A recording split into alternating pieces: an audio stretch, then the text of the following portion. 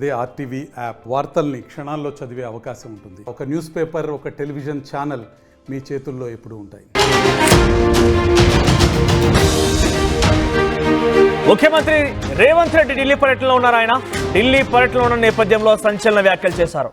నేనేంటో సోనియా గాంధీ, రాహుల్ గాంధీకి బాగా తెలుసు. నా గురించి మొత్తం తెలిసే నన్ను సీఎంగా, పిసిసి చీఫ్గా గతంలో కూడా చేశారు. గాంధీ కుటుంబంతో నాకు మంచి సంబంధాలే ఉన్నాయి. అధిష్టానంతో నాకు ఎలాంటి గ్యాప్ లేదు. ఫోటోలు దిగి చూపించుకోవాల్సిన అవసరం నాకు లేదంటూ ఆయన మాట్లాడుకొచ్చారు. తప్పుడు ప్రచారాలు ట్రాప్లో నేను అస్సలు పడను. పార్టీలో కష్టపడి పనిచేసిన వారందరికీ ఇచ్చిన హామీలు నెరవేరుస్తారంటూ ఆయన మాట్లాడుకొచ్చారు. ఈ నేపథ్యంలో ఒకసారిగా ఢిల్లీ పర్యటన మళ్ళీ ఈ మాటలతో హాట్ టాపిక్గా మారింది. గతంలో కూడా బీఆర్ఎస్ పార్టీ చెప్పుకొచ్చిన మాటలు బీఆర్ఎస్ పార్టీ ఎక్కడ చూసినా ఒకే ప్రచారం చేసుకొచ్చింది. రాహుల్ గాంధీకి, రేవంత్ రెడ్డికి పడడం లేదు. వారిద్దరి మధ్య అస్సలు పొసగడం లేదు. రేవంత్ రెడ్డిని రాహుల్ గాంధీ నమ్మడం లేదు. కాబట్టి ఇన్నిసార్లు వెళ్ళినా కనీసం రాహుల్ గాంధీ ఒక్కసారి కూడా అపాయింట్మెంట్ ఇవ్వలేదు. గతంలో కూడా తమిళనాడు పర్యటనలో ఉన్నటువంటి రాహుల్ గాంధీ వరంగల్లోకి వచ్చి వరంగల్లో ఒక సభలో పాల్గొనబోతున్నారు. ఆ తర్వాత ఆయన అటుపిమ్మట తమిళనాడుకు వెళ్తారంటూ కూడా ప్రచారం జరిగింది. కానీ అది మధ్యలోనే వస్తున్నారని చెప్పిన నేపథ్యంలో ఆ ట్రిప్ కాస్త క్యాన్సిల్ అయిపోయింది. ఆ టూర్ షెడ్యూల్ కాస్త బ్రేక్ అయింది. ఇంతలోనే రేవంత్ రెడ్డిని చూడడం నచ్చకనే రాహుల్ గాంధీ రావడం లేదంటే బీఆర్ఎస్ పార్టీ కూడా ప్రచారాన్ని జోరుగా చేసిన ప్రయత్నం చేసింది. అయినప్పటికీ కాంగ్రెస్ పార్టీ మేమంతా ఒకటే, రాహుల్ గాంధీకి, రేవంత్ రెడ్డికి మధ్య మంచి సత్సంబంధాలు ఉన్నాయంటూ కూడా కింది స్థాయి నాయకులు చెప్పుకొచ్చే ప్రయత్నం చేశారు. కానీ బీఆర్ఎస్ మాత్రం ఆ ప్రచారాన్ని ఆపలేదు. ఇప్పుడు ఏకంగా ముఖ్యమంత్రి రేవంత్ రెడ్డి ఈ వ్యాఖ్యలు చేయడంతో మరోసారి ఈ యొక్క వార్త హాట్ టాపిక్గా మారింది. రాహుల్ గాంధీ, సోనియా గాంధీకి నా గురించి తెలుసు కాబట్టి నన్ను పిసిసి చీఫ్గా, ముఖ్యమంత్రిగా చేశారు.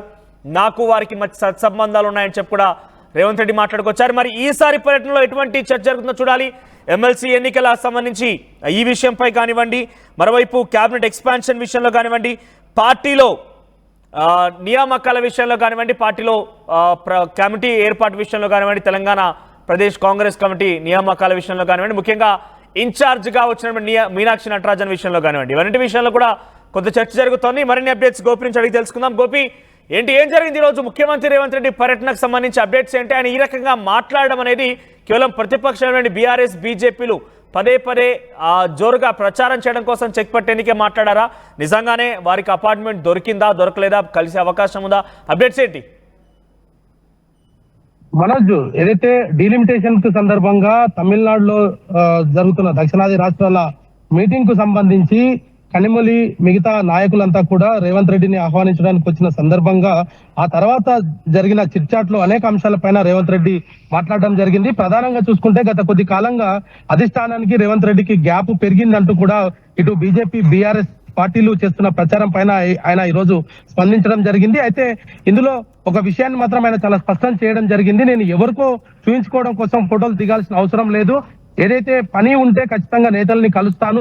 ఊరికే వెళ్ళి తన గొప్పలు చెప్పుకోవడానికి మాత్రమే వెళ్ళి నాయకులను కలవాల్సిన అవసరం నాకు లేదు అనేది కూడా ఆయన చెప్పడం జరిగింది. అదే విధంగా డీలిమిటేషన్ కి సంబంధించి సౌత్ ను లిమిటెడ్ గా చేసే ప్రయత్నం కేంద్ర ప్రభుత్వం చేస్తుంది అనేది కూడా ఆయన ఈ సందర్భంగా చిట్చాట్ లో చెప్పడం జరిగింది. అదే విధంగా చూసుకుంటే కనుక ఈ డీలిమిటేషన్ తో పాటు అనేక అంశాలను రాష్ట్రంలో ఏదైతే ఆయన పట్ల వస్తున్న విమర్శల పైన కూడా ఆయన స్పందించడం జరిగింది. బీఆర్ఎస్, బీజేపీ నాయకులు పనిగొట్టుకొని దుష్ప్రచారం చేస్తున్నారు. అటువంటి పరిస్థితులు కేంద్ర నాయకత్వం వద్ద లేవు. మేము ఖచ్చితంగా గాంధీ కుటుంబంతో కలిసి ఉన్నాము. నేను ఎటువంటి పని చేస్తానన్న విషయం కూడా అధిష్టానానికి తెలుసు అన్న అంశాన్ని కూడా ఆయన స్పష్టం చేయడం జరిగింది.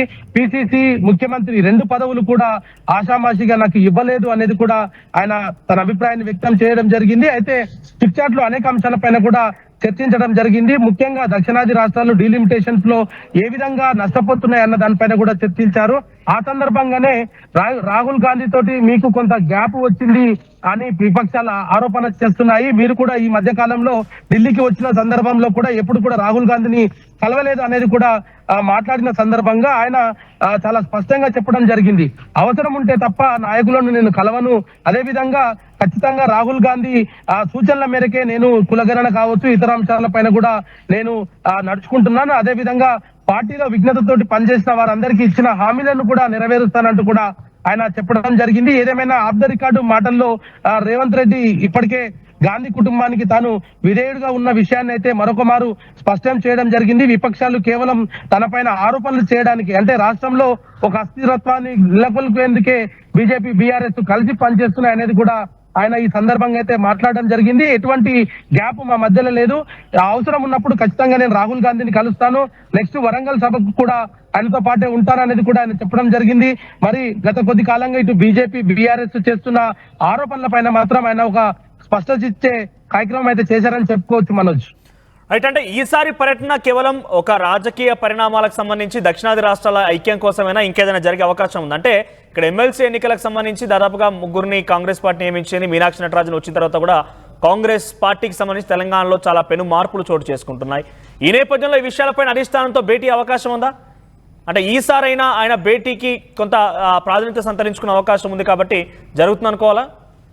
కానీ ఇప్పటి వరకు కూడా కాంగ్రెస్ అధినాయకులను ఎవరికి కూడా అపాయింట్మెంట్ కోరలేదనేది మాత్రం కొంత స్పష్టం చేయడం జరిగింది. అదేవిధంగా డీలిమిటేషన్ కు సంబంధించి ఏదైతే జమిలీ ఎన్నికలకు సంబంధించి ఇప్పటికే జేపీసీ కమిటీ తుది నిర్ణయం తీసుకొని టేబుల్ పైకి వచ్చిన నేపథ్యంలో రానున్న రోజుల్లో జేపీసీ తీర్పు ఏదైతే జేపీసీ కమిటీ ఇచ్చిన రిపోర్టు ఆధారంగా కూడా పార్లమెంట్ లో మరోమారు చర్చ జరగనున్న నేపథ్యంలో ఇప్పుడు ఈ యొక్క దక్షిణాది రాష్ట్రాలకు సంబంధించిన అంశం పైన కూడా ఆయన సుదీర్ఘంగా మాట్లాడడం జరిగింది. దక్షిణాది రాష్ట్రాలలో కొంత ఇది ఖచ్చితంగా నష్టం చేకూర్చే విధంగానే ఈ యొక్క డీలిమిటేషన్ అనేది జరుగుతుంది కాబట్టి దీనిపైన ఎటువంటి ప్రణాళిక రచించాలి, దక్షిణాది రాష్ట్రాల ముఖ్యమంత్రులు ఉప ముఖ్యమంత్రులతోటి కూడిన ఒక సమావేశాన్ని కూడా స్టాలిన్ ఇప్పటికే ఏర్పాటు చేసేందుకు ఈ నెల 22న ఆయన ఈ సమావేశం కానున్న నేపథ్యంలో ఎటువంటి దక్షిణాది రాష్ట్రాలలో ఉన్న పరిస్థితులు ఏంది, డీలిమిటేషన్స్ తోటి ఎన్ని సీట్లు నష్టపోతున్నాము, దీని ద్వారా ఉత్తర భారతదేశానికి దక్షిణ భారతదేశానికి గ్యాప్ ఏ విధంగా పెరుగుతుందన్న అంశాలపైనే ప్రధానంగా చర్చించే మాట్లాడుకుంటే రేవంత్ రెడ్డి వ్యాఖ్యలు చేస్తూ సంచలనమైనటువంటి వార్తను మాట్లాడుకొచ్చారు. ఆయన రాహుల్ గాంధీకి నేను చాలా అత్యంత దగ్గరైన వ్యక్తిని, సత్సంబంధాలు ఉన్నాయి, అందుకే నాకు అవకాశాలు ఇచ్చారని చెప్పుకొచ్చారు. సో అటువంటి నేపథ్యంలో ఇప్పుడు ఆయన షెడ్యూల్ ఎలా ఉండబోతుంది? అంటే ఇప్పటికే తెలంగాణ రాష్ట్రంలో కాంగ్రెస్ పార్టీకి ప్రతికూలత వాతావరణం ఉంది. మీనాక్షి నటరాజన్ రావడంతో కొంత పెను మార్పు కూడా సంభవిస్తూ ఉన్నాయి పార్టీలో. ఈ ఒకవైపు అసెంబ్లీ సమావేశాలు జరుగుతున్నాయి, గవర్నర్ ప్రసంగానికి సంబంధించిన రోజు ధన్యవాద తీర్మానం ఉంది. ఈ నేపథ్యంలో ఢిల్లీకి రావడం అటు కేవలం డిఎంకే నేతల్ని కలవడం కోసమే అనుకోవాలా, ఇంకేదైనా ఇంటర్నల్ గా భేటీ అవకాశం ఉందా అధిష్టానానికి సంబంధించిన నేతల్ని? ప్రస్తుతం మాత్రం ఇప్పటి వరకు అయితే ఏ అధినాయకులకు సంబంధించిన షెడ్యూల్ అయితే ఇంకా ఖరారు కాలేదు. ఆయన ఎవరిని కలవట్లేదు అనేది కూడా చెప్తున్న పరిస్థితి అయితే ఉంది. అయితే రాహుల్ గాంధీ పైన ఈ రోజు ఆయన చేసిన వ్యాఖ్యలకు సంబంధించి కావచ్చు, వాళ్ళ మధ్యలో ఉన్న గ్యాప్ లేదు అనేది కూడా కొంత స్పష్టత చేసిన నేపథ్యంలో మరి ఇటు రాహుల్ గాంధీని ఈ రోజు కలుస్తారా లేదా అన్న దానిపైన కూడా ఇంకా ఎటువంటి స్పష్టత లేదు. ప్రస్తుతం మాత్రం ఏదైతే డిఎంకేకి సంబంధించిన ఆహ్వానాన్ని అందుకున్న నేపథ్యంలో ఆయన ఈ యొక్క చిట్చాట్ లో ఈ విధమైన వ్యాఖ్యలు అయితే చేయడం జరిగింది. రాహుల్ గాంధీ కానీ గాంధీ కుటుంబానికి సంబంధించి కూడా తాను దూరంగా లేనని, ప్రతి అంశంలో రాష్ట్రంలో జరుగుతున్న అభివృద్ధి సంబంధించిన ప్రతి విషయాలను కూడా రాహుల్ గాంధీకి ఎప్పటికప్పుడు సమాచారాన్ని చేరవేస్తున్న విషయాన్ని కానీ వీటన్నిటిపైన కూడా ఆయన సుదీర్ఘంగా చిట్చాట్ లో మాట్లాడడం జరిగింది.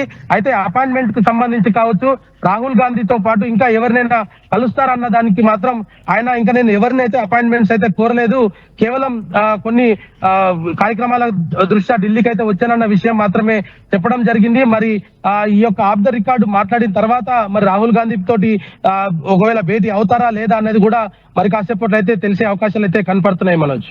రైట్ గోపి, సో ఏదేమైనా కూడా గత కొంతకాలంగా రాహుల్ గాంధీకి రేవంత్ రెడ్డికి మధ్య అసలు పొసగడం లేదు.